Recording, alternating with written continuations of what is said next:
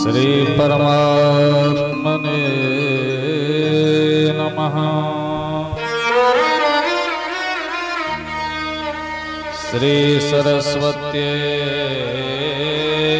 नमः। श्री वेद पुरुषाय नमः। भवानी शंकराभ्यां नमः। अस्मद् श्री गुरुचरण कमलेभ्यो नमः।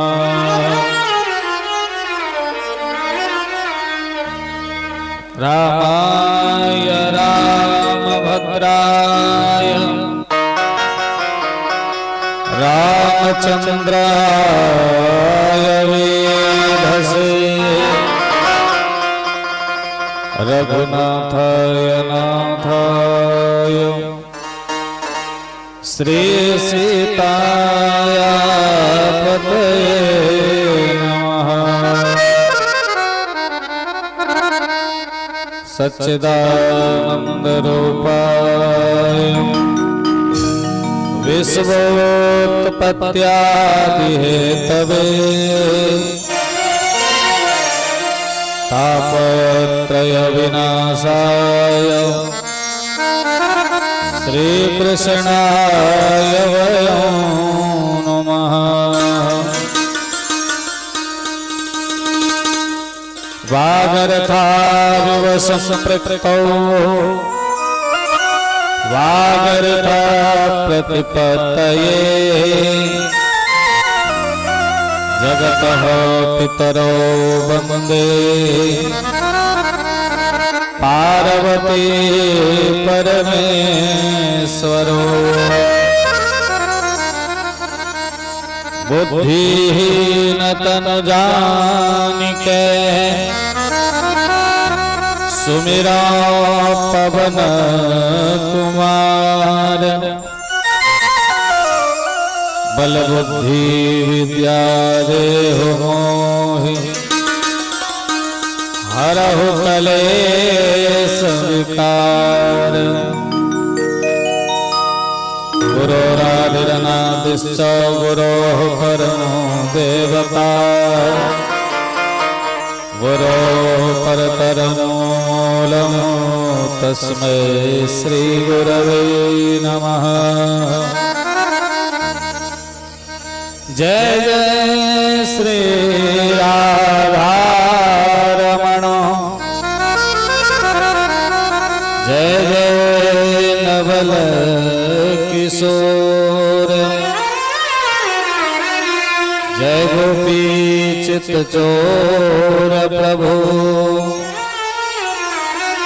जय जय माखन चोर जय गोपी चित चोर प्रभु जय जय माखन चोर। परम मंगलमय अकारण करुणा वरुणालय भक्तवांछा कल्पद्रुम दीनबंधु दयालु जगन्नियंता जगदाधार जगदीश्वर परात्पर ब्रह्म सर्वेश्वर भगवान श्री राधा कृष्ण के युगल चरणों में बारंबार प्रणिपात करते हुए भगवत कथा के परम रस रसिक श्रद्धालु अनंत बलवंत श्री हनुमान जी महाराज उनके श्री चरणों में कोट कोट नमन करते हुए भगवान श्री कृष्ण चंद्र की वाग्मय प्रतिमूर्ति श्रीमद् भागवत महापुराण सप्ताह ज्ञान यज्ञ के छठे दिवस के सायंकालीन सत्र में उपस्थित सभी भगवत स्नेहियों का हार्दिक अभिनंदन। आइए हम लोग कथा के क्रम में चलें। इसके पूर्व मन और वाणी को पवित्र करने के लिए तो बार भगवान नाम संकीर्तन करें, उसके बाद भगवत गाथा गाई जाएगी। हरे राम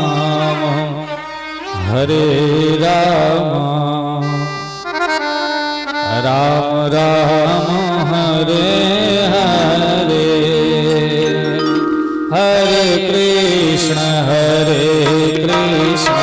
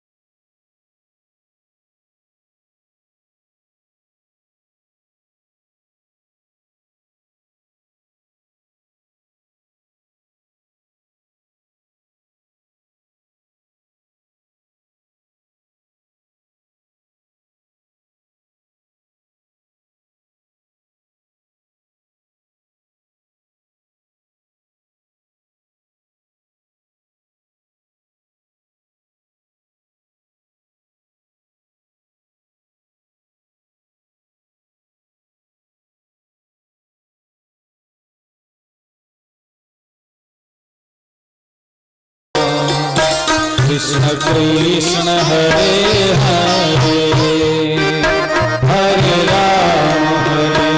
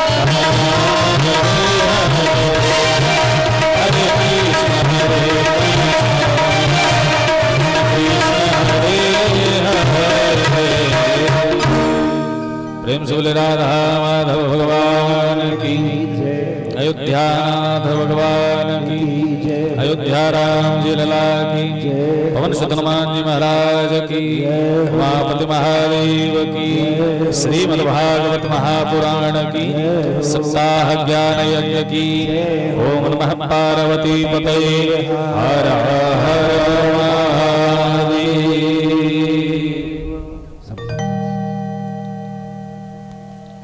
कल की कथा में हम लोग चर्चा कर रहे थे कि भगवान श्याम सुंदर गए हैं अक्रूर चाचा के साथ मथुरापुरी में जब प्रवेश किए तो मथुरा की शोभा को देखते हुए भगवान आगे बढ़ते हैं, रजक का उद्धार करते हुए, श्री दामा नाम के मालिक का कल्याण करते हुए, कुब्जा के ऊपर दया दृष्टि करते हुए जब भगवान आगे बढ़े तो जहां पर धनुष रखा हुआ था वहां पर भगवान पर पहुंचते हैं। दाऊद जी से बड़ी विनती करके धनुष को उठाने की आज्ञा मांगते हैं।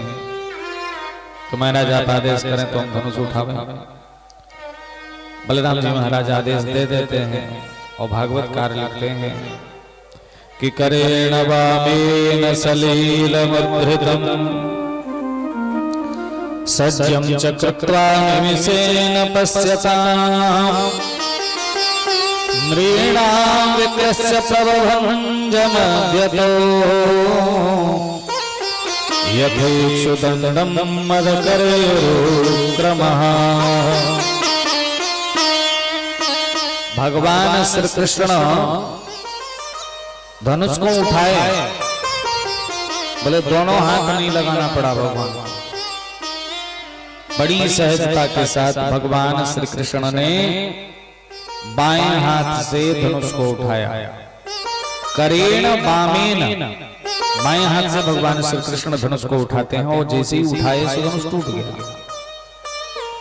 धनुष टूटा, भयानक शब्द हुआ, भूमि कंपायमान हो उठी। कंस घबराए, सैनिकों से कि बताओ भाई ये आवाज कहां से आ रही है। दूतों ने आदेश किया, श्रवण कराया कि महाराज आपको पता नहीं, आपने जो धनुष रखा था उसे किसी बालक ने आकर के तोड़ दिया। किस बालक ने? बोले आपने जो कृष्ण बलराम को बड़े आदर से बुलाया है वही भगवान आकर के और धनुष को तोड़ डाले। जैसे ही ये बात बताए कंस की घबराहट बढ़ी, सैनिकों को तत्पर कर दिया, सबको तैयार करके रखे हुए हैं कि भाई देखना कभी किसी रास्ते से कृष्ण आ न जाए। जनवासे में ठहरे हैं वो तो ठीक है, लेकिन अचानक आकर के अगर हमारे ऊपर आक्रमण कर देगा तो फिर मैं कुछ कर नहीं पाऊंगा।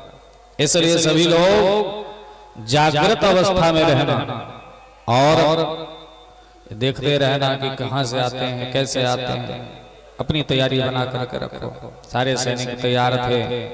भगवान मेला आधी मेला देख करके जनवासे में रात्रि विश्राम करते हैं और दूसरे दिन प्रातः काल जितने वृंदावन वासी आए थे सभी लोग चल पड़े मेला देखने। भाई पहलवानी होनी है, बड़े बड़े पहलवान आए हैं जो विश्वस्तरीय पहलवान थे, जिनकी वीरता के बारे में जहां तहां लोग चर्चा किया करते थे। भाई ये पहलवान बड़ा नामी है, बड़ा बलिष्ठ है, अच्छी कुश्ती करता है। उस प्रकार के जितने पहलवान सभी उपस्थित थे, उन्हें देखने के लिए जितने मेला देखने वाले आए थे सभी पहुंचे। जहां पर पहलवानी होनी थी उस अखाड़े में सबके बैठने की बड़ी सुंदर व्यवस्था की गई थी। सभी जाकर के बैठे सभा और भगवान के जो चाचा हैं, बाबा नंद हैं, वृंदावन के जो भगवान के अनुयायी हैं, ये सब भी पहुंचे सभा में। सभी लोग उपस्थित थे और भगवान श्री कृष्ण बलराम दोनों भैया विचार करते हैं कि इन सबको आगे जाने दो, हम लोग पीछे से चलेंगे। कृष्ण बलराम दोनों सबसे पीछे जाने की तैयारी करते हैं और दोनों भैया जब चलने लगे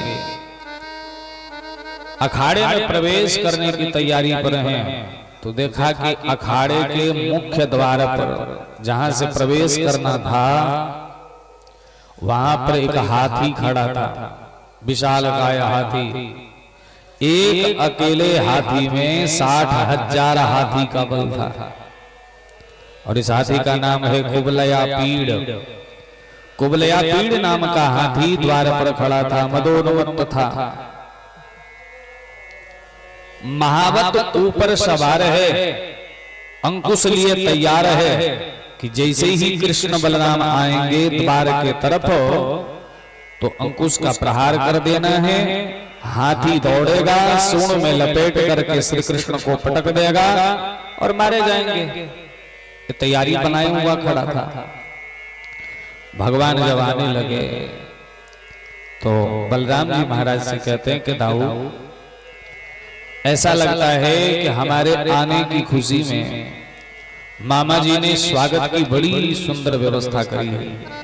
दाऊ, स्वागत के लिए हाथी लाके खड़ा कर दिया। महावत स्वागत में खड़ा है कि मेरा कन्हैया आएगा। बलराम जी बोले, लाला अपने स्वागत के लिए नहीं है, फिर बोले तुम्हें पटकने के लिए है, तुम्हारे चरण छूने को नहीं, इसलिए खड़े हैं कि कन्हैया आएंगे तो उनको पटकनियां लगाई जाएगी। भगवान बोले ऐसी बात है, चलो चलते हैं आगे, फिर देखें कि क्या होता है। आगे बढ़े। महावत ने अंकुश का प्रहार कर दिया और जैसे ही अंकुश का प्रहार हुआ, मदोन्मत्त था हाथी, नशे में चूर था, चल पड़ा भगवान की तरफ। सूंड में लपेट लिया भगवान को, और जैसे ही सूंड में हाथी ने भगवान को लपेटे तो भगवान विचार करते हैं कि क्या किया जाए। तो भगवान को विराट कहा गया है, विराट है भगवान, इनको कोई पकड़ नहीं सकता। विशाल शरीर है इनका, 10 दिशाएं जिनके श्वास रंध्र हैं, सूर्य चंद्रमा जिनकी आंखें हैं, भला उसे कोई कैसे पकड़ सकता है, कितना भी बलवान क्यों ना हो। जैसे ही हाथी पकड़ता है भगवान को, भगवान अपने शरीर का विस्तार करते हैं, हाथी का बंधन ढीला पड़ने लगा, और जैसे ही बंधन कुछ ढीले पड़े, भगवान एक क्षण में तुरंत हाथी के पीठ पर जाकर सवार महावत को नीचे गिरा दिया, हाथी के दोनों दांत पकड़े झटक दिया, और हाथी के दांत तोड़ करके उन्हीं के दांत से उनके पीठ पर मार मार करके उनका उद्धार कर दिया। हाथी का अंत हो गया, कुबले पीड़ मारा गया, भगवान उतरे हाथी के पीठ से। बलराम जी महाराज कहते हैं कि लाला, यदि द्वार पर इस प्रकार की व्यवस्था है तो भीतर और खास व्यवस्था हो, इसलिए ऐसा करते हैं कि दांत जो 2 हैं हाथी के, एक दांत आप ले लो और एक दांत मैं ले लो, क्योंकि हम लोग आते समय कोई अस्त्र शस्त्र लेकर के तो आए नहीं कि भाई युद्ध होना है। अक्रूर जी महाराज ने कहा कि चलो मेला देखने हैं, और मेला देखने के लिए कोई जावे तो अस्त्र शस्त्र लेकर के थोड़ी जाएगा। मेला देखने के लिए कोई अस्त्र की आवश्यकता नहीं, वही सीधे सीधे जाओ, मेला देख करके आओ। और यहाँ तो लड़ाई की बात है तो अस्त्र शस्त्र चाहिए। बलराम जी महाराज बोले, हाँ कन्हैया एक काम कर, चलो दोनों भाई बांट लेते हैं। दोनों ने हाथी के दांत का बंटवारा कर लिया, एक भगवान के हाथ में, दूसरा बलराम जी के हाथ में। और दोनों भाई जब पहुंचते हैं मल्लशाला में, अखाड़े में, तो वहां पर जितने लोग थे सबने अपनी अपनी दृष्टि के अनुसार भगवान को देखा है। मल्लानाम सनरनाम नरवरः स्त्रीणाम स्मरो मूर्तिमान गोपानाम स्वजनो सतां चितभुजां शास्ता स्वपेत्रो शिशुः। सभा में उपस्थित जितने लोग थे सब अपनी अपनी दृष्टि के अनुसार भगवान का दर्शन करते हैं। अब पहलवानों ने देखा, उन सबको लगने लगा कि मेरा हत्यारा, मुझे मारने वाला मेरे सामने खड़ा है। और बोले स्त्रियों ने जब देखा तो उनको लगा कि मनुष्यों में श्रेष्ठ जो कामदेव हैं, सबको मोहित करने वाले। स्त्री नाम स्मरह, स्त्रियों ने जब देखा भगवान के श्री विग्रह को तो उनको लगता है कि आज हमारे सामने कामदेव महाराज उपस्थित हो गए। तत्ववेत्ता महात्माओं ने जब भगवान को देखा तो वो विचार करते हैं कि यही वो परम तत्व परमात्मा हैं, परब्रह्म भगवान ही आज श्री कृष्ण के स्वरूप में हमारे समक्ष प्रकट हुए। अपनी अपनी भावनाओं के अनुसार सब देखते हैं। भोजराज कंस ने देखा भगवान को, मृत्युर्भोजपतिर् विराट विदुषाम् तत्वं परम योगिनाम् वृष्णीनां परदेवते विदितो रंगं गतः साग्रजः। भोजराज कंस ने जब भगवान को देखा तो उनको लगा कि हमारी मृत्यु श्री कृष्ण के रूप में उपस्थित है। मृत्युर भोजपते विराट विदुषा तत्वं परम योगिनां, योगियों ने जब देखा तो उन्हें परम तत्व दिखा। और वृष्णीनां परदेवते विदितो, जो वृष्णि वंशीय थे उनको अपने स्वजन दिखे कि हमारे वंशज हैं, हमारे वंश का ये बालक है। और भगवान के जो ग्वाल बाल आए हुए थे उन सब ने जब भगवान को देखा तो सब विचार करते हैं कि ये अपना कन्हैया आ गया, मेरा लाला आ गया।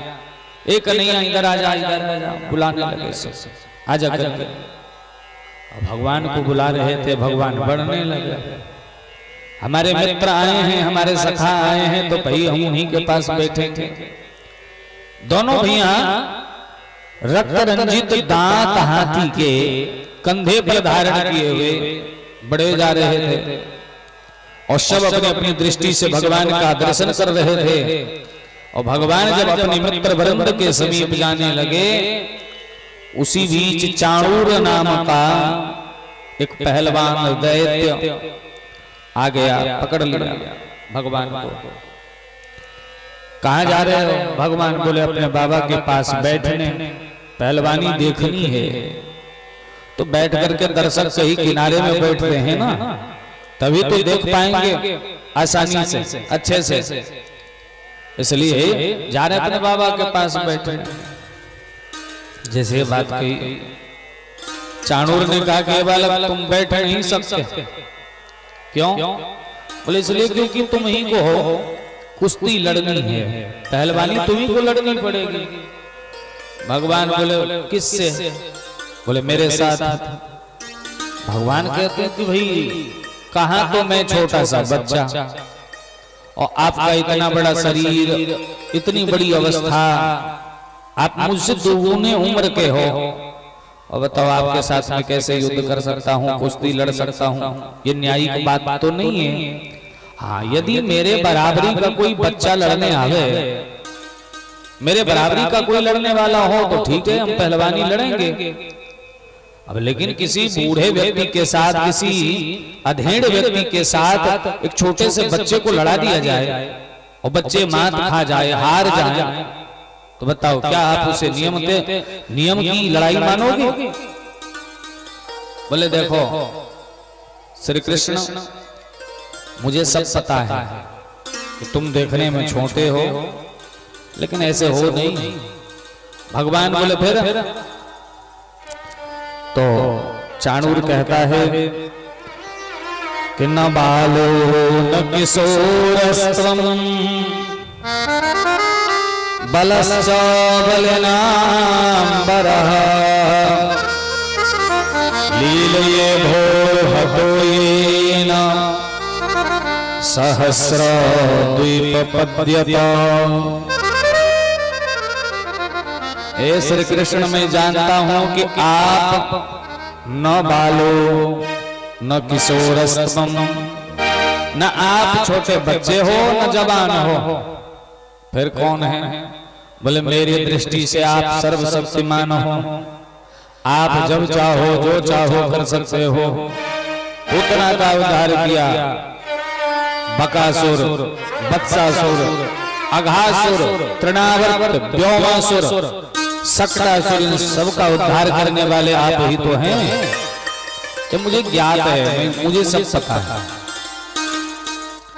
भगवान बोले कि चाणूर, मेरे बारे में जानकारी तो तुमने बहुत सी इकट्ठा कर रखी है, इतना सब कुछ पता है मेरे बारे में? बोले हाँ पता है, इसीलिए तो पहलवानी के लिए खड़े हैं यहाँ पे। भगवान बोले तो चाहते क्या हो? बोले हमारे साथ लड़ो। भगवान बोले कि विचार करता हूं, लेकिन बता तेरे साथ एक और पहलवान खड़ा है। चाणूर के साथ मुष्टिक भी खड़ा था। अब तुम दो पहलवान और मैं अकेला, ये नीतिगत पहलवानी नहीं मानी जाएगी। अकेले अकेले लड़ो, या फिर तुम दो हो तो हम भी दो लोग रहे, तब पहलवानी करो। चाणूर ने कहा ठीक है, हमें स्वीकार है। जैसे ये बात स्वीकारी कि आप दोनों भी लड़ सकते हो, तो भगवान चाणूर के साथ और बलराम जी महाराज मुष्टिक के साथ पहलवानी प्रारंभ कर दिए। और पहलवानी में जितने नियम होते हैं सभी का पालन करते हैं भगवान। हस्ताभ्याम हस्तयोर्बद्ध्वा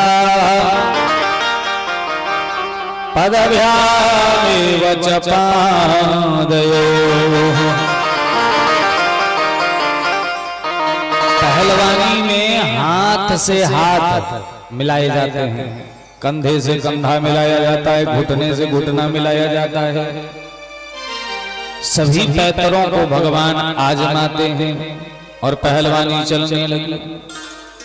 जब बहुत क्षण बीत गया, पहलवानी में जीत किसकी होगी हार किसकी होगी ये निर्णय नहीं हो पा रहा था। बराबरी का युद्ध चल रहा था और कंस राजगद्दी पर बैठा हुआ घबराता हुआ सोच रहा था कि बताओ इतना छोटा बच्चा, भला चाणूर जैसा पहलवान, मुष्टिक जैसा बलवान, और ये दोनों पहलवान एक छोटे से बच्चे से जीत नहीं पा रहे, ये तो खेल रहे हैं। कंस ने इशारा कर दिया चाणूर को कि भैया क्या देख रहे हो, जो करना है जल्दी करो। जैसे ही इशारा किया, भगवान चाणूर के कान के नीचे घुमा के एक तमाचा दे मारे। जैसे ही एक चाटे लगाए, चार कोने चित्त गिरा, चाणूर गिर के चकनाचूर हो गया, चाणूर का अंत हो गया। बलराम जी बोले कन्हैया तो हमसे आगे निकल गया। जिससे बलराम जी लड़ रहे हैं उनसे पूछा भैया तेरा नाम? बोले मुष्टिक। बलराम जी बोले देखो मुष्टिक माने होता है मुक्का, और मेरे दृष्टि में तेरे शरीर में एक मुक्के से ज्यादा का बल नहीं है। सो बलराम जी ने भी घुमा के एक मुक्का मारा, मुष्टिक का भी गोविंदाय नमो नमः हो गया। अब जैसे ही चाणूर मुष्टिक का उद्धार हुआ, और भी दो पहलवान आए, सल और मूसल, दोनों कूद पड़े अखाड़े में। ए बालक, युद्ध करना हो तो मेरे साथ करो, पहलवानी मेरे साथ लड़के दिखाओ। भगवान बोले दाऊ इनका भी स्वागत किया जाए। दोनों भाई उन दोनों को भी पराजित कर दिया। अब महाराज दो नहीं चार चार की संख्या में आने लगे। जितने पहलवान आते उधर से चार पहलवान, इधर से भगवान, दोनों भाई पहलवानों को पराजित कर देते। बाद में 10 की संख्या में आने लगे, ढेरों की संख्या में अब पहलवान आक्रमण कर डाले। कंस कहता है चाहे कैसे भी हो, चाहे सैकड़ों पहलवान एक साथ क्यों ना आने पड़े, लेकिन ध्यान रहे कि आज के दिन श्री कृष्ण यहां से वापस नहीं जाने चाहिए। सारे पहलवान कूद पड़े, और जैसे ही पहलवान लोग आने लगे, भगवान दाऊ जी महाराज से बोले कि दाऊ हम एक दो चार व्यक्ति के साथ लड़ सकते हैं एक साथ, और महाराज आपका नाम है बलराम, बल की बहुत अधिकता है आपके भीतर और सबके बीच ही रमण करते हो, इसीलिए आपको ये भार देते हैं कि जितने पहलवान हैं इन सबकी खातिरदारी आप ही करो। मैं चला मामा जी की खातिरदारी करने। भगवान बलराम जी महाराज से निवेदन करके, और बलराम जी महाराज पहलवानों से युद्ध कर रहे थे, और भगवान एक क्षण में, मानिए जितने देर में पलक झपकती है, जैसे ही पलक झपका करके पलक उठी, भगवान कंस के बिल्कुल समीप नजर आया, और भगवान को देखते ही कंस घबराता है। प्रभु को देख करके अब जो मृत्यु देख रहा था कि श्री कृष्ण नहीं हमारी मृत्यु है, अब उस मृत्यु को कोई इतनी निकटता से देखे कि आंखों के बिल्कुल नजदीक है, विचार करिए उसकी क्या दशा होगी। कंस घबराया, ऐसा घबराता है कंस की कंस के होश उड़ जाते हैं। भगवान क्या करते हैं, बोले प्रग्रेस जगे से सुचलत किरीटम निपात्य रंगोपर तुंग मंचात तस्योपरिष्टात् स्वयमज्जनाभ पपात विश्वाश्रय आत्मतंत्रः। भगवान को जब अत्यंत सामीप्यता से देखा, नजदीकी से देखा, कंस घबरा करके गिर जाता है, जैसे कि कंस के माथे से मुकुट गिर गया। अब कंस के बाल पकड़ करके भगवान लिटा देते हैं, और लिटाने के बाद उनके हृदय पर जाकर के विराजमान हो जाते हैं। जैसे ही भगवान कंस के हृदय स्थली पर विराजमान हुए, सो कंस के प्राण निकल गए। परीक्षित जी महाराज शुकाचार्य से निवेदन करते हैं कि गुरुदेव, कंस इतना कमजोर था क्या, जो 8 वर्ष की अवस्था वाला कोई बालक आकर के सीने पर बैठ जाए तो मृत्यु ही हो जाए, इतना कमजोर था कंस?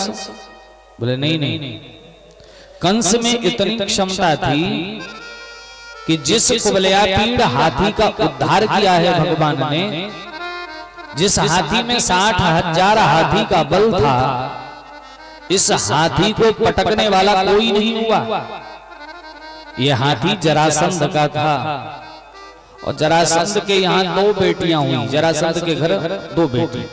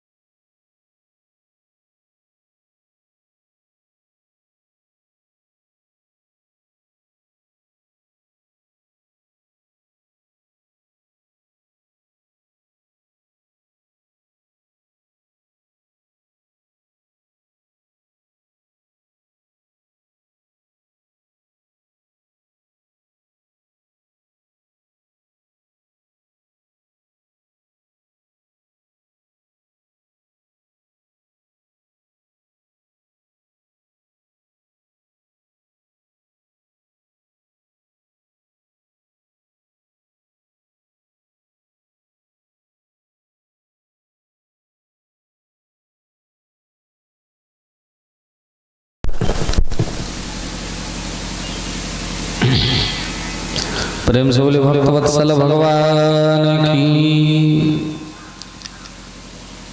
जरासंध के घर 2 बेटियां थीं, और जरासंध ने प्रण किया कि हमारे द्वार पर बंधे जो कुवलयापीड़ नाम का हाथी है, उसे जो कोई पटक देगा, उसी के साथ हम अपनी बड़ी बेटी अस्ति का विवाह कराएंगे।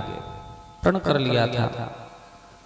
तो जो भी पहलवान आता, अब हाथी को पटकना था, उसमें भी अकेला हाथी नहीं, 60,000 हाथी का बल रखता था, जो भी आता मारा जाता था।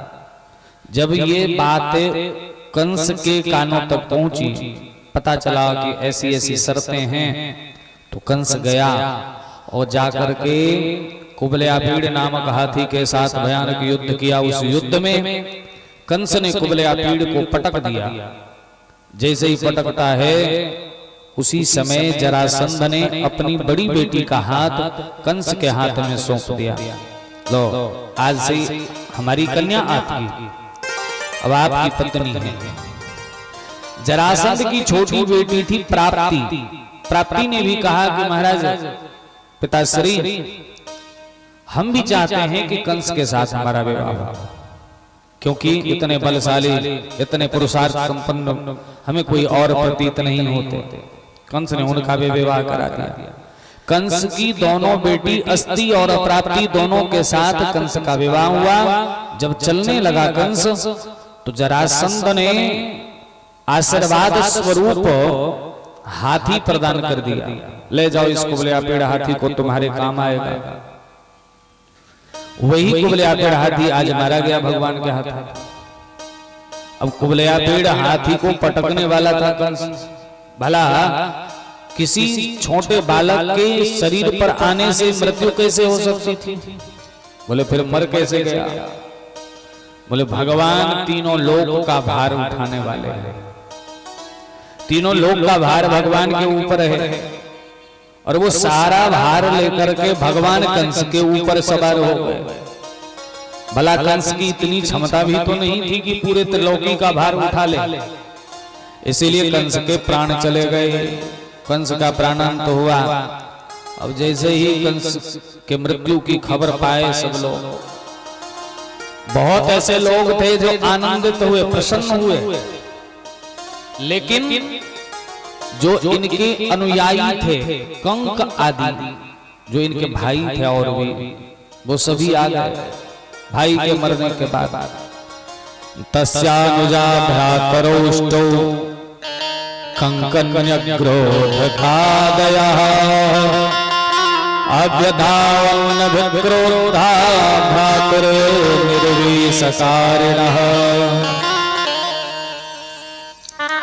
जैसे ही अपने भाई के मृत्यु का समाचार प्राप्त हुआ, कंस के जो कंक आदि भाई थे सब टूट पड़े भगवान के ऊपर। उन सब का भी कल्याण कर दिया भगवान ने। और जब सब मारे गए, नगरवासी बड़े आनंदित कि चलो कंस जैसे अत्याचारी व्यक्ति से हम लोगों को छुटकारा मिला। अब हमें कोई डर नहीं, कोई चिंता नहीं। बड़े निर्भीक हुए सभी लोग, भगवान की जयकारे लगाने लगे। प्रेम से बोलिए कृष्णचंद्र भगवान की। अब जो वहां पर मारे गए थे सब एक दूसरे को, जैसे किसी की मृत्यु हो जाती है तो घर परिवार के लोगों को लोग सांत्वना देने जाते हैं, भाई ये तो होना ही था, और जिसका जाना तय है उसे कोई रोक नहीं सकता। ऐसी नीति परक बातें लोग किया करते हैं। सब एक दूसरे को समझाते कि देखो श्री कृष्ण कोई साधारण बालक नहीं है, छोटा सा बच्चा, साधारण मनुष्य नहीं है, वो भगवान है। उनसे वैर करना उचित नहीं है। उनसे जो स्नेह करता है, प्रेम करता है, उनका जीवन धन्य है। आपस में सब चर्चा करते और सब बड़ी श्रद्धा के साथ भगवान को पूजने लगे, भगवान का खूब जयकार लगाया। लेकिन कंस की पत्नी जो है अस्ति प्राप्ति, उनको बड़ी शिकायत थी मन में कि बताओ कृष्ण बलराम दोनों भाई आकर के हमारे पति को मार डाला, और दुनिया में जीव की यही दशा बड़ी खराब होती है। आप सामने वाले को खूब गाली सुनाओ, आप सामने वाले को खूब डंडे मारो, कोई फर्क नहीं पड़ता। आप कहते रहिए तो बड़ी अच्छी बातें हैं। आप गाली सुनाओ, मारो, धक्के दो, कुछ भी करो, आप ठीक हो। लेकिन यदि कोई आपको एक बातें कह दे तो हमें बड़ा अभद्र लगता है। इसने ऐसी बातें कही, हम देख लेंगे, भाई तुम्हारा हिसाब हो जाएगा। अब ये बातें होने लगती है। विचार करिए, कंस अत्याचारी है, कंस से हर कोई पीड़ित है। जितने नगरवासी सभी परेशान रहते थे, कि भाई कंस अत्याचारी है, न धर्म करने देता है, न सुंदर कृत्य करने देता है, न भगवान की पूजा करने देता है, कोई भी धर्माचरण नहीं कर पा रहा है इनके राज्य में। पीड़ित थे लोग, दुखी थे। लेकिन जब ऐसे कंस की मृत्यु हो गई है, भगवान ने उनका उद्धार किया है, तो अब कंस की पत्नी विचार करने लगी कि बताओ ये बच्चा आया, हमारे पति को मार डाला, मैं इनको नहीं छोड़ूंगी। अब अपनी गलती दृष्टिगोचर होती नहीं थी कि हमारे पतिदेव करते क्या थे जो मारे गए। भाई जो जैसा कर्म करेगा अपने कर्मानुसार फल पाएगा, ये अटल सत्य है। कंस के कृत्य अच्छे नहीं थे, कंस का विचार ही उन्हें आज मृत्यु के कारण बना है। तो उनके कृत्य ऐसे रहे थे, लेकिन ऐसा विचार नहीं किया। अस्थि प्राप्ति भागती हुई गई अपने पिताजी के पास, जरासंध के पास, क्योंकि अब इनके पक्ष में कोई है तो नहीं। जो कंस के छोटे भाई सब थे वो भी मारे गए हैं, कौन इनका सहारा बनेगा। भागती हुई गई अपने पिताजी के पास, रोने लगी, पिताजी मैं बड़ी संकट में हूं, बड़ा दुख है हमारे जीवन में। जरासंध बोले क्या दुख है, क्या परेशानी है। जैसे बात कहने लगे तो अस्थि कहती हैं कि पिताश्री दुख की बात यह है, आप ही बताओ कि आपके सामने आपकी बेटी श्वेत वस्त्र धारण किए हुए वैधव्य जीवन जी रही हैं, क्या आपको ये अच्छा लगता है। याद करो पिताश्री, आपने कभी कितनी प्रसन्नता के साथ अपनी बेटी की विदाई करी थी कि हमारे बिटिया के जीवन में आनंद होगा, खुशियां होंगी। कंस बड़े बलवान हैं, योद्धा हैं, ये सब कुछ विचार करके तो आपने विवाह कराया था हमारा।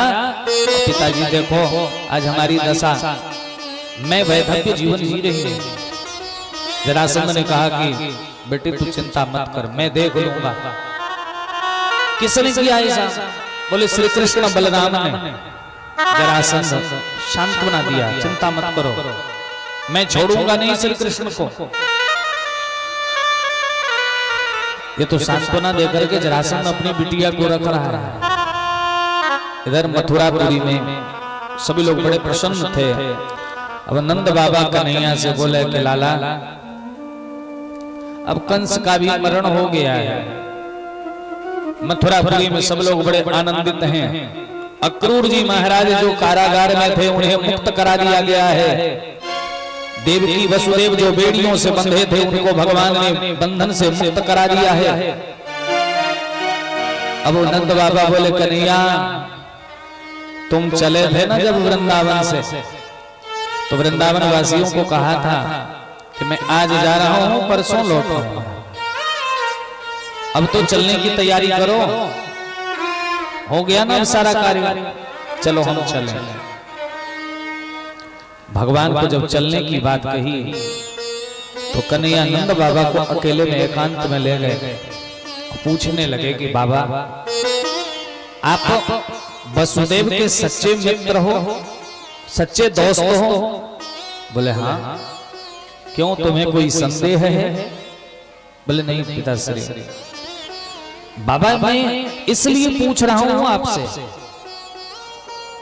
कि आप अगर सच्चे मित्र हैं तो अच्छे मित्र, सात्विक मित्र की ये पहचान है कि जब सामने वाला सखा, सामने वाला मित्र दुख में पड़ा हो तो जो दूसरे मित्र हैं वो दुखी होते हैं।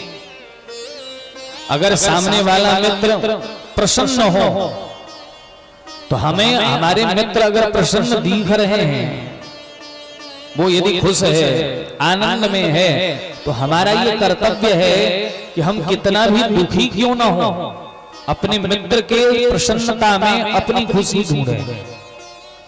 ये सच्ची मित्रता है। तो भगवान कहते हैं कि बाबा ये बताओ कि आप अपने सखा वसुदेव से प्रेम करते हो ना। बोले हाँ करता हूं।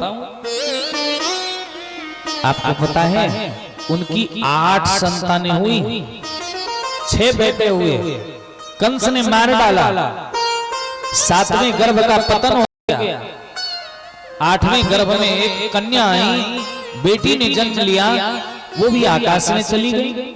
आपको पता है, हमने लोगों से सुना है। नंद बाबा बोले हाँ लाला, ये सारी बातें सत्य है। अच्छा बाबा, जब ये सारी बातें सत्य है तो विचार करो कि आपका मित्र वसुदेव कितना दुखी होगा, इनके भीतर कितना दुख है। नंद बाबा बोले हाँ कन्हैया, दुख तो इनके भीतर बहुत है। बोले बाबा, भले ही मैंने कंस का उद्धार कर दिया है, अब कोई संकट नहीं, कोई चिंता नहीं है, लेकिन जो अंतःकरण में चिंता है, पीड़ा है, उसे कौन दूर करेगा। नंद बाबा बोले लाला, तू कहना क्या चाहता है, पहले ये बता। भगवान बोले बाबा, हम आपसे बस यही कहना चाहते हैं, अगर आप सच्चे मित्र हैं तो आप आज्ञा दें हमें, ताकि कुछ दिन यहाँ पर रह करके वसुदेव जी को भी पुत्र का सुख प्रदान कर सके, क्योंकि मित्र का बेटा मित्र का ही है, अपनत्व भाव रखना चाहिए। हम अगर नंद के पुत्र हैं तो वसुदेव के मित्र होने के नाते वसुदेव के भी पुत्र हैं। नंद बाबा ने कहा बात तो सत्य है, लेकिन ये सारी बातें आते समय तो की नहीं थी तुमने। भगवान बोले कि बाबा जाने दो वो बातें, अब आप यदि कहोगे कि कन्हैया तुम्हें यहाँ नहीं रहना है तो हम चल चलेंगे, अगर आप अनुमति दो तो मैं आपके मित्र को भी आनंद दे करके तब चलूंगा। नंद बाबा बोले लाला, तेरी टेढ़ी चाल, टेढ़ी बातें मेरे समझ में तो नहीं आती, बस तू कह रहा है, इसीलिए मेरा मन भी कहता है कि हाँ तुझे कुछ दिन ठहर जाना चाहिए, ताकि मेरे मित्र के जीवन में जो दुख है वो दूर हो सके, उनकी चिंता टल सके। जब सामने बच्चा होता है तो भाई जीवन में कितनी भी व्यथाएं हों, कितनी भी परेशानियां हों, बच्चे के साथ जब जीव खेलता है, उनके साथ मस्ती में रहता है, तो उस आनंद में अपने क्लेश को, दुख को, पीड़ा को भूल जाता है। इसलिए लाला कुछ दिन ठहर करके वसुदेव जी महाराज को आनंद प्रदान कर। हाँ बाबा, मैं भी यही चाहता था। अब नंद बाबा आंखों में आंसू भरे हुए वहां से विदा हुए, क्योंकि भगवान श्री कृष्ण ने जब से अवतार ग्रहण किया है, नंद बाबा के घर पहुंचे हैं। नंद बाबा कभी भी अपनी आंखों से ओझल होने नहीं देना चाहते, सतत चाहते हैं कि भगवान हमारे समक्ष रहे, हमारी आंखों के सामने रहे, ये हमेशा कामना रहती है। श्री सुखदेव जी महाराज कहते हैं परीक्षित से कि राजन, नंद बाबा जब विदा हो गए, भगवान गए देवकी वसुदेव के पास। अब देवकी महारानी कन्हैया को गले से लगाती है। जो बालक प्रकट होते ही आंखों से ओझल हो गया था, ठीक से देख नहीं पाई थी देवकी, आज वही बालक जब लौटा है तो 8वीं वर्ष की अवस्था है, 8 साल की अवस्था है भगवान की। आनंद का कोई ठिकाना न रहा। देवकी महारानी दौड़ करके गई, कन्हैया को गले से लगाया। वसुदेव जी महाराज भी अंक में भर लेते हैं, कन्हैया आज मुझे पुत्र सुख प्राप्त हुआ। जिस दिन तुम्हारा प्राकट्य हुआ था उस दिन हमारे साथ कुछ भी अनुकूल नहीं था, सब विषम था, सारी स्थितियां प्रतिकूल थी। आज सब कुछ अनुकूल होता दिख रहा है। उस दिन कंस का डर था, आज कंस ही नहीं है। बड़े प्रसन्न हुए देवकी वसुदेव। देवकी मैया कहती हैं वसुदेव जी महाराज से कि महाराज देखो बेटा 8 वर्ष का हो चला है, यज्ञोपवीत संस्कार कराओ इनका, जनेऊ पहनवा। वसुदेव जी महाराज आचार्यों को बुलाते हैं और आचार्यों को बुला करके उपनयन संस्कार की तैयारी करते हैं। पूरी तैयारी हुई और उपनयन हुआ भगवान का, जनेऊ पड़ा, गायत्री मंत्र स्वीकार किए और मंत्र ग्रहण करने के बाद भगवान श्री कृष्ण बलराम अब विद्याध्ययन को जाने की तैयारी में लगे। वसुदेव जी महाराज सभा बुला करके सबसे पूछने लगे कि महाराज ये बताओ, अभी वर्तमान काल में कौन ऐसे गुरु जी हैं जहां पर हमारे बच्चे उच्चतम शिक्षा ग्रहण कर सके, उचित शिक्षा मिल सके, ऐसा कोई स्थान बताओ। लोगों ने कहा कि महाराज हम सब ने सुना है कि सांदीपन मुनि का आश्रम बड़ा ही उत्तम है। अथो गुरुकुले वासम इच्छन्ता जगमतो काश्यम सांदीपनं नाम यवन्ति पुरवासिनम। बोले अवंतिकापुरी माने उज्जैन, अवंतिकापुरी में निवास करने वाले हैं श्री सांदीपन महाराज। उनके पास सारा ज्ञान है, अस्त्र शस्त्र शास्त्र सभी ज्ञान उनके पास है। जो भी पढ़ने जाता है उचित शिक्षा ग्रहण करके वो वापस लौटता है। इसलिए हम सबकी इच्छा है कि श्री कृष्ण को भी वहीं पर पढ़ने भेजा जाए। वसुदेव जी महाराज तैयारी बनाए, सांदीपन मुनि के आश्रम में भेजा गया और जब भगवान गए पढ़ने के लिए तो भागवतकार श्री सुखदेव जी महाराज कहते हैं कि सौरहस्यम धनुर्वेदम धर्मान न्याय पथांस्तथा तथा चान्वीक्षितम विद्याम राजनीतिम च षड्विधान। भगवान धनुर्विद्या को ग्रहण किया, न्याय को पढ़ा, धर्म को जाना और राजनीति को भी जाना। नीति प्रीति पर मारथ स्वार्थ, नीति प्रीति पर मारथ स्वार्थ। पूर्ण राम सम जान जठारथ, पूर्ण राम सम।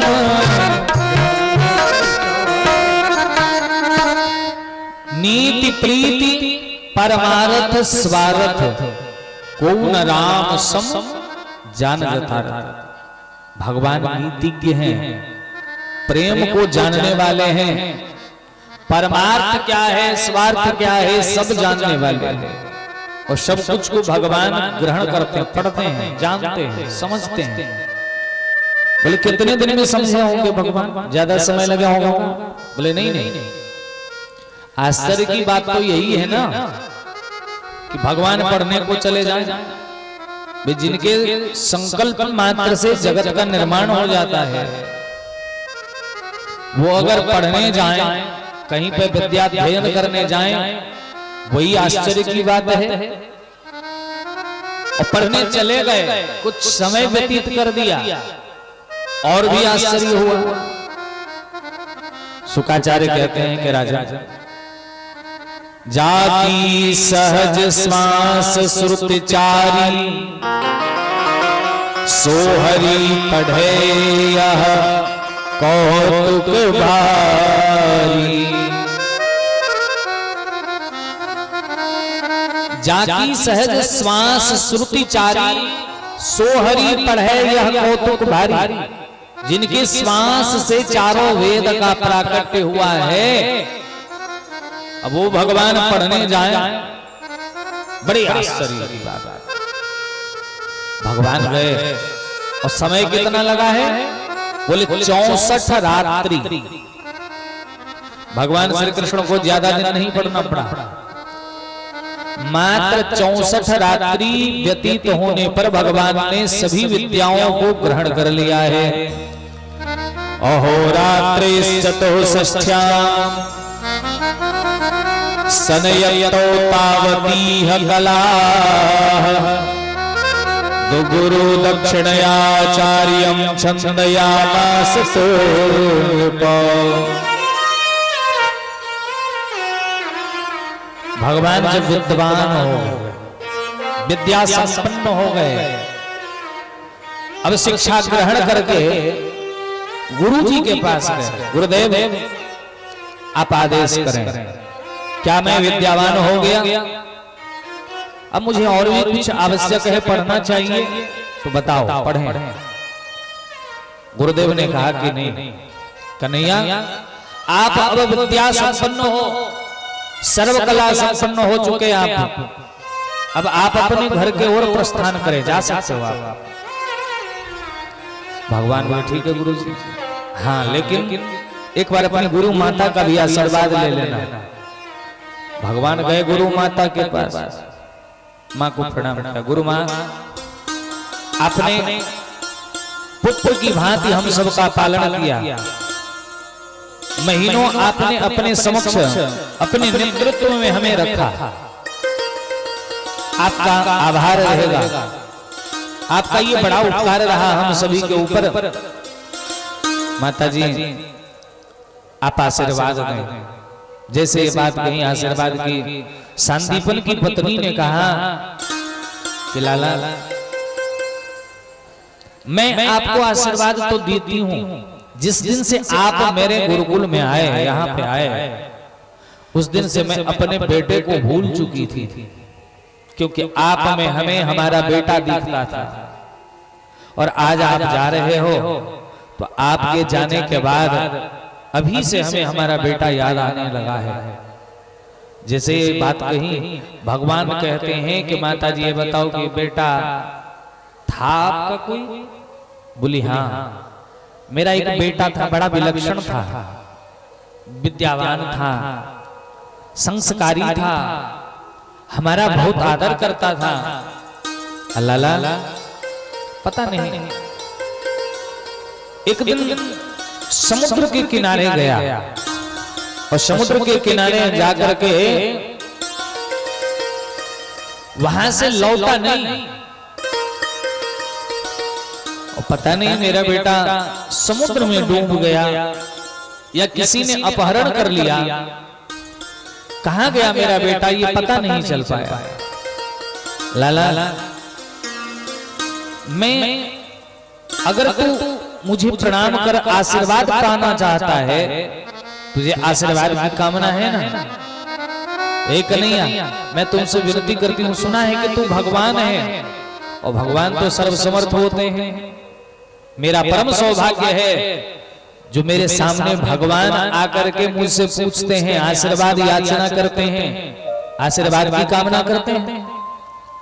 मैं बड़ा सौभाग्यशाली हूँ, लेकिन दुर्भाग्य है हमारा कि दुनिया के लोग भगवान के समक्ष जाते हैं, बड़े बड़े संत महात्मा भगवान के दर्शन पाना चाहते हैं, लेकिन मैं भगवान के दर्शन पाने के बाद भी आज भगवान से कहती हूँ कि लाला एक बार मुझे मेरे बेटे का दर्शन करा दे, क्योंकि जिस समय मेरा बेटा मुझसे दूर हुआ मैं देख नहीं पाई अपने बेटे को।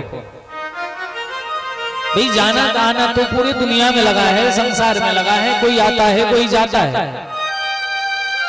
लाला मेरा बेटा समुद्र के किनारे गया था, घूम के नहीं आया, बस एक बार उसकी झलक मुझे दिखा दे, उनका स्वरूप मुझे दिखा दे। जैसे बात कही तो भगवान गुरु माता को आश्वासन दिए, मैया तू चिंता मत कर, अब आपकी संतान के समान अगर हम हैं, आपने हमारे भीतर अपने पुत्र का दर्शन किया है, तो निसंदेह श्री कृष्ण आपका बेटा है। आप आदेश करो। बोले तो हमें हमारा बेटा ला दो। भगवान तुरंत गए समुद्र के पास, समुद्र देव के पास गए। समुद्र,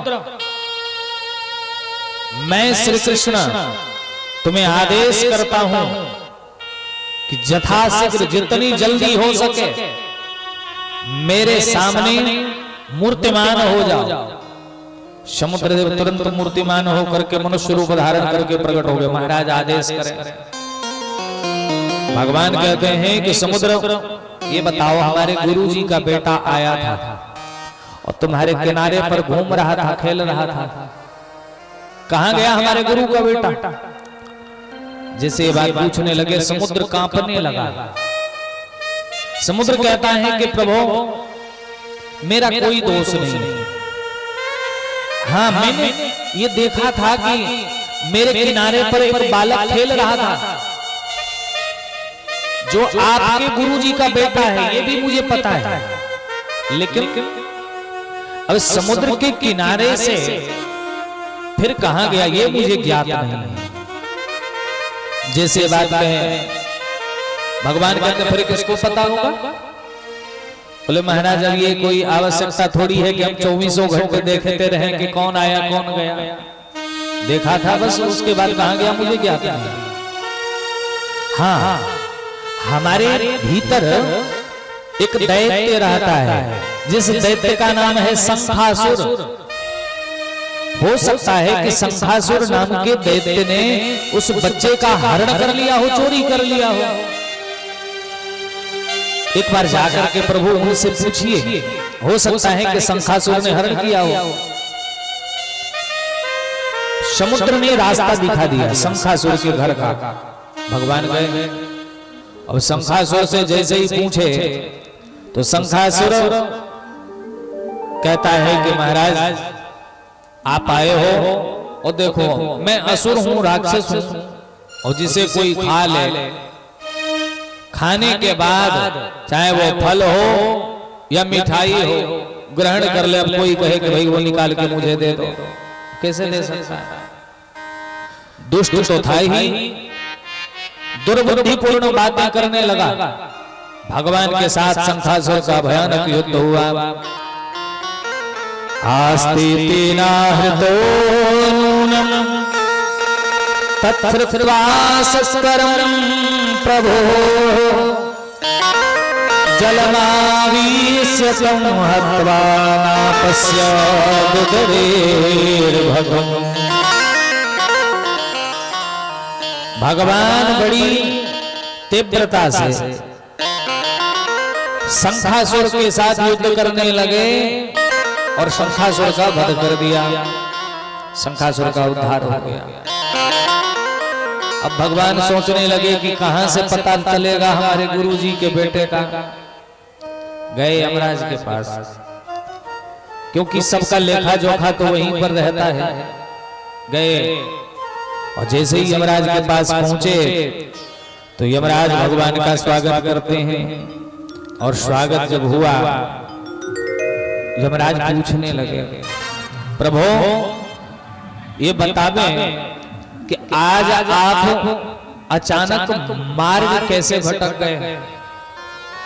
भला भगवान यमराज के द्वार पर पधारे हैं, ये बड़े सौभाग्य की बात है। भगवान का स्वागत करके कहते हैं कि प्रभु कैसे आना हुआ आपका? तो भगवान श्री कृष्ण कहते हैं कि हे धर्मराज मेरी बातें सुनो। गुरु पुत्र मिहानितम निज कर्म निबंधनो आनयस्व महाराज मत्शासन पुरस्कृतः। भगवान कहते हैं धर्मराज मैं जानता हूं कि आपके लोक में जीव अपने कर्म के अनुसार कोई कम अवस्था में मृत्यु को प्राप्त करके आ जाता है, कोई ज्यादा उम्र पे मरता है। यहाँ पर जो भी आता है कर्मानुसार आता है, ये मुझे ज्ञात है, लेकिन मैं आपको आदेश देता हूं कि मेरे आदेश को प्राप्त करके हमारे गुरुदेव के पुत्र का चाहे जैसा भी कर्म हो, उनके कर्म के फलों का चिंता छोड़ करके उन्हें ले आओ हमारे सामने। अब यमराज बोले कि प्रभु आपका आदेश है तो लाना ही पड़ेगा। जितने जीव थे उन जीवों के मध्य गुरु जी का बेटा भी था, और भगवान लाने गए हैं, धर्मराज स्वयं बुला रहे हैं, जीव को बुला करके लाया गया। गुरुदेव का पुत्र मिल गया, भगवान साथ लिए उसको और साथ लेकर के गए गुरु जी के पास। गुरु माता को अर्पित कर दिया, लो माता जी ये आपका बेटा। और जी भर के देखती हैं, बड़ी खुश हुई कि चलो भगवान ने हमारा बेटा ला करके दे दिया। लेकिन जब मातृ प्रेम देने लगी, जो माएं प्रेम देती है अपने बच्चे को, और बच्चा पूछने लगा, ए देवी जी सुनो, आप कौन से माँ हो, कितने नंबर की माँ हो? अब घबराने लगी कि माँ कितने नंबर की होती है। उसने कहा कि मैया देखो, मैं मानता हूं तेरी बातों को, हो सकता है कि मैं कभी न कभी तेरा बेटा रहा होऊंगा, लेकिन तू कहती कि अभी मैं तेरा बेटा हूं। ये मैया सुन, तुझे पता नहीं होगा मैं कितनी बार तेरा पिता रह चुका हूं, और कितनी बार हो सकता है कि तू मेरी मां रह चुकी हो। जीव का ये कृत्य तो चलता ही रहता है, कभी जीव किसी का बेटा बनता है, कभी किसी का पिता बनता है। बदलता तो केवल शरीर है, आत्मा तो ज्यों का त्यों रहती है। इसलिए मैया मेरे प्रति जो तुम्हारी आसक्ति है उनका त्याग करो, भगवान का चिंतन करो। बड़ा ही सुंदर उपदेश किया है, और भगवान का आदेश पा करके गुरु माता गुरुदेव बड़े प्रसन्न होते हैं, स्वस्थ होते हैं। भगवान को गुरु माता आशीर्वाद देती हैं कि लाला मैं आपको आशीर्वाद देती हूं कि गच्छतं स्वगृहं वीरो कीर्तिवामस्तु पावने छन्दांस्यया तयामानि भवन्तेह परत्र च। ए लाला, हम दोनों का आशीर्वाद है, शांतिपन मुनि कहते हैं कि दोनों का आशीर्वाद है कि तुम्हारे जीवन में कभी पराजय नहीं होगा। तू जहां भी जाएगा तेरी विजय सुनिश्चित होगी। जहां पर बड़े बड़े अस्त्र शस्त्र काम नहीं करेंगे, वहां पर तेरी मधुर बांसुरी ही काम कर जाएगी। जब तू बंसी बजाएगा तो बहुत से वीर बड़े बड़े योद्धा अपने धनुष बाण अस्त्र शस्त्र तुम्हारे कदमों में छोड़ जाएंगे। ये मेरा आशीर्वाद। गुरु जी से आशीर्वाद पाए, भगवान आए मथुरापुरी में जब आते हैं, माता पिता बड़े प्रसन्न हैं कि अब मेरा बेटा पढ़ा लिखा है, सुशिक्षित है, आनंदित थे। भगवान ने मथुरा आने के बाद एक मित्र बनाए जिनका नाम था उद्धव। उद्धव जी के साथ मित्रता करी। अब जब से ये पढ़ करके आए हैं, भगवान उदास रहने लगे, खिन्न रहते, कभी किसी से कुछ बोलते नहीं। मैया भोजन देती, भगवान भोजन ग्रहण नहीं करते, भोजन ज्यों का त्यों पड़ा रह जाता। मैया जब बार बार पूछती लाला क्या बात है, क्या परेशानी है, भगवान कोई उत्तर नहीं देते। अब ये बातें, ये दशा चलती रही अनवरत। 2, 4, 10 दिन बीत गए। मैया को चिंता होने लगी। अब माँ को चिंता तो होगी ही कि भाई कोई 10 दिन से भोजन ग्रहण नहीं करे, अच्छे से खाना पीना ना खावे, तो माँ बाप को चिंता हो ही जाती है कि पता नहीं इनको क्या हो गया। और जब भी पूछती तो भगवान उत्तर नहीं देते थे। तो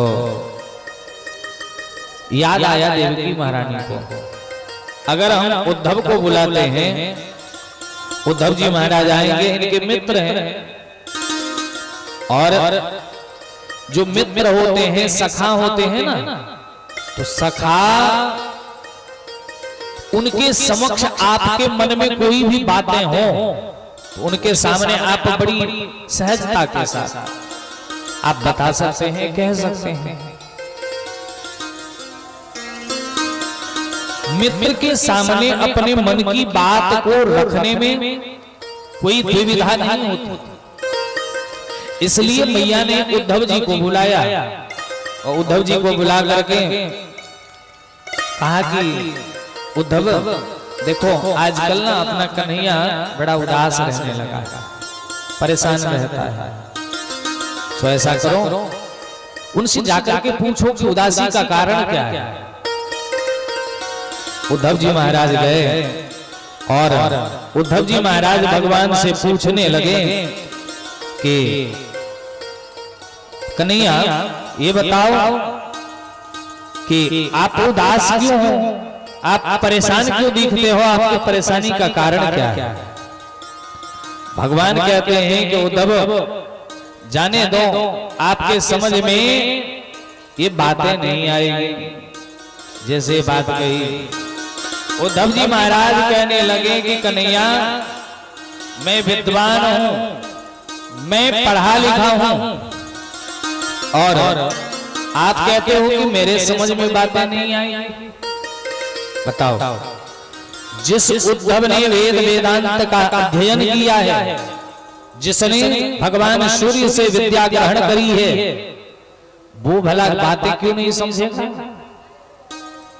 भगवान मन ही मन सोच रहे थे कि उद्धव ज्ञानी हैं, विद्वान हैं, अब इनके भीतर प्रेम नहीं है, और भगवान रीझते हैं, प्रसन्न होते हैं। कैसे? बोले प्रेम से। भगवान को प्रसन्न कराने के लिए बोले ज्ञान, विवेक, नियम, आयाम, प्राणायाम, ये सारी व्यवस्थाएं हैं भगवत प्राप्ति करने के लिए। लेकिन इन सब चीजों से भगवान को प्राप्त करने में कठिनाइयां हो सकती है। लेकिन यदि भक्ति के सूत्र में कोई भगवान को बांधना चाहे तो बड़ी सहजता से भगवान बन जाते हैं। भक्ति माने प्रेम,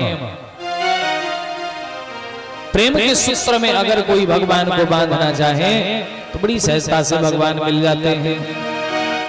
प्रेम प्रेम सब कोई कहे, ठग ठाकुर चोर, बिना प्रेम रीझे नहीं, प्रेमी नंद किशोर। संतों ने कहा है कि बिना प्रेम रीझे नहीं, प्रेमी नंद किशोर। भगवान बिना प्रेम के प्रसन्न नहीं होते। उद्धव जी महाराज के भीतर ज्ञान अगाध है, बड़े शिक्षित हैं, पढ़े लिखे हैं, लेकिन प्रेम नहीं था। और भगवान सोच रहे थे कि यदि ज्ञान के साथ प्रेम हो जाए, ज्ञान भी हो और प्रेम भी रहे, तो आनंद में दुगुना वृद्धि हो जाएगी। पहले तो ज्ञानी भगवान को बड़ा प्रिय, और ऊपर से ज्ञान के साथ साथ प्रेमी भी भगवान को बड़ा प्रिय। दोनों यदि किसी एक व्यक्ति में हो जाए, ज्ञान प्रेम दोनों, तो आनंद में दुगुना वृद्धि हो जाएगी। इसलिए भगवान चाहते थे कि कैसे भी करके उद्धव जी महाराज के भीतर ये प्रेम का भाव आवे, श्रद्धा उत्पन्न हो जाए। लेकिन कैसे होगा? इसलिए भगवान ये सारी लीला कर रहे थे, योजना बना रहे थे। मैया बुलाएगी उद्धव को, ये बात भी भगवान को प्रतीत है, पता है, इसलिए भगवान ये लीला कर रहे हैं उदासी का। मैया ने उद्धव को बुला लिया। अब उद्धव भगवान के पास आएंगे, ये बात भी भगवान की योजना थी। उद्धव जी आ गए।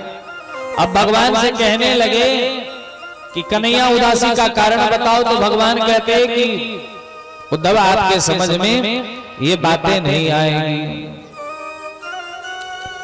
उद्धव जी महाराज कहते हैं कि कन्हैया ये बताओ कि बातें कैसी है।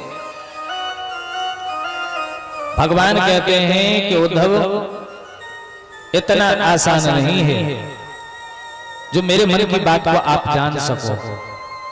ये प्रेम का विषय है, भक्ति का विषय है, और भक्ति के विषय को कभी आप नहीं जान सकते।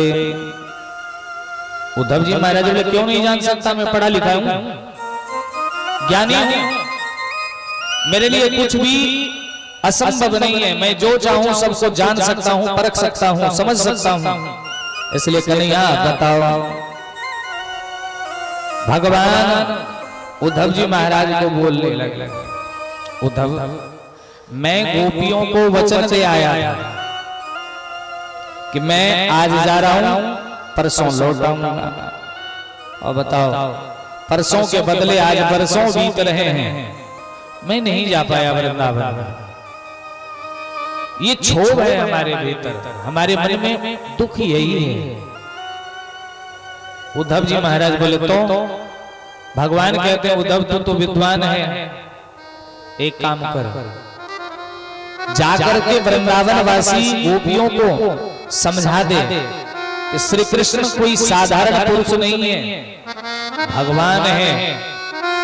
क्योंकि तू तो पढ़ा लिखा है, पढ़ा लिखा व्यक्ति कुछ भी कर सकता है, किसी को भी समझा सकता है, सुझाव समझा दो। उद्धव जी महाराज बोले कन्हैया ये बता, हम पढ़े लिखे हैं, समझाने के लिए भेजोगे किसको, ग्वाल वालों को, वो मेरी भाषा समझ पाएंगे। भगवान बोले उद्धव ज्ञान का परिचय यहीं पर है, तुम ज्ञानी हो तो समझा करके बताओ, बता देना जा करके गोपियों को, वृंदावन वासियों को कि कन्हैया भगवान है, उनको भगवान मान करके याद करो, स्मरण करो तो कल्याण है। कोई बेटा माने, कोई भाई माने, कोई अपना माने, उससे कल्याण नहीं होगा, जाकर के बता देना। उद्धव जी महाराज मनी मन सोच रहे थे कि बताओ मैं क्या बताऊंगा जाकर के। और उद्धव जी महाराज के चेहरे पर जब उदासी देखी भगवान ने, तो भगवान सोच रहे थे कि अब क्या किया जाए। तो उद्धव जी महाराज जैसे तैसे तैयार हुए, लाला तू कहता है तो हम चले जाएंगे। उद्धव जी महाराज जब तैयार होते हैं तो भगवान अपने कंधे से पीतांबर उतार करके देते हैं कि उद्धव ये लेते जाओ, तुम्हारे पहचान के लिए बड़ा अच्छा रहेगा। उद्धव जी कंधे पर पीतांबर धारण किए, भगवान का ही रथ लिया, रथ लेकर के विदा हुए। अब रास्ते भर सोचते जा रहे थे कि कैसे क्या होगा, हम गोपियों को कैसे समझा पाएंगे, ग्वालों को कैसे समझाएंगे, मेरे ज्ञान की बातों को समझ पाएगा वो। सोचते जा रहे थे, चलते चलते सायंकाल हो गया, लोग घर में संध्या बाती दिखा रहे थे। उस समय की बात है, उद्धव जी महाराज पहुंचे। उद्धव जी महाराज जब गए, नंद बाबा दौड़ करके आने लगते हैं, लेकिन जब उद्धव जी के तरफ से कोई चहल पहल नहीं दिखता, उद्धव बड़े गंभीरता के साथ रथ से उतरते हैं, धीरे धीरे चलते आ रहे हैं। जब ये दृश्य देखा तब समझ में आया नंद बाबा को कि ये मेरा कन्हैया नहीं है, मेरे भगवान श्याम सुंदर के तरह दिखने वाले ये कोई दूसरे पुरुष हैं, दूसरे व्यक्ति हैं। जैसे ये प्रतीत हुआ तो नंद बाबा स्थिर हो जाते हैं। उद्धव जी महाराज आए और उद्धव जी महाराज जब नजदीक आते हैं, नंद बाबा ने स्वागत किया। कहो आपका क्या नाम है, आप कौन हो? उद्धव जी ने अपना परिचय दिया कि महाराज मैं श्री कृष्ण का मित्र हूं, मेरा नाम उद्धव है और प्रभु ने हमें भेजा है आपके पास। जैसे ये बात कही तो नंद बाबा कहते हैं कि ये बता भगवान ने तुम्हें क्यों भेजा? बोले बाबा वो समझाने के लिए भेजे आप सबको।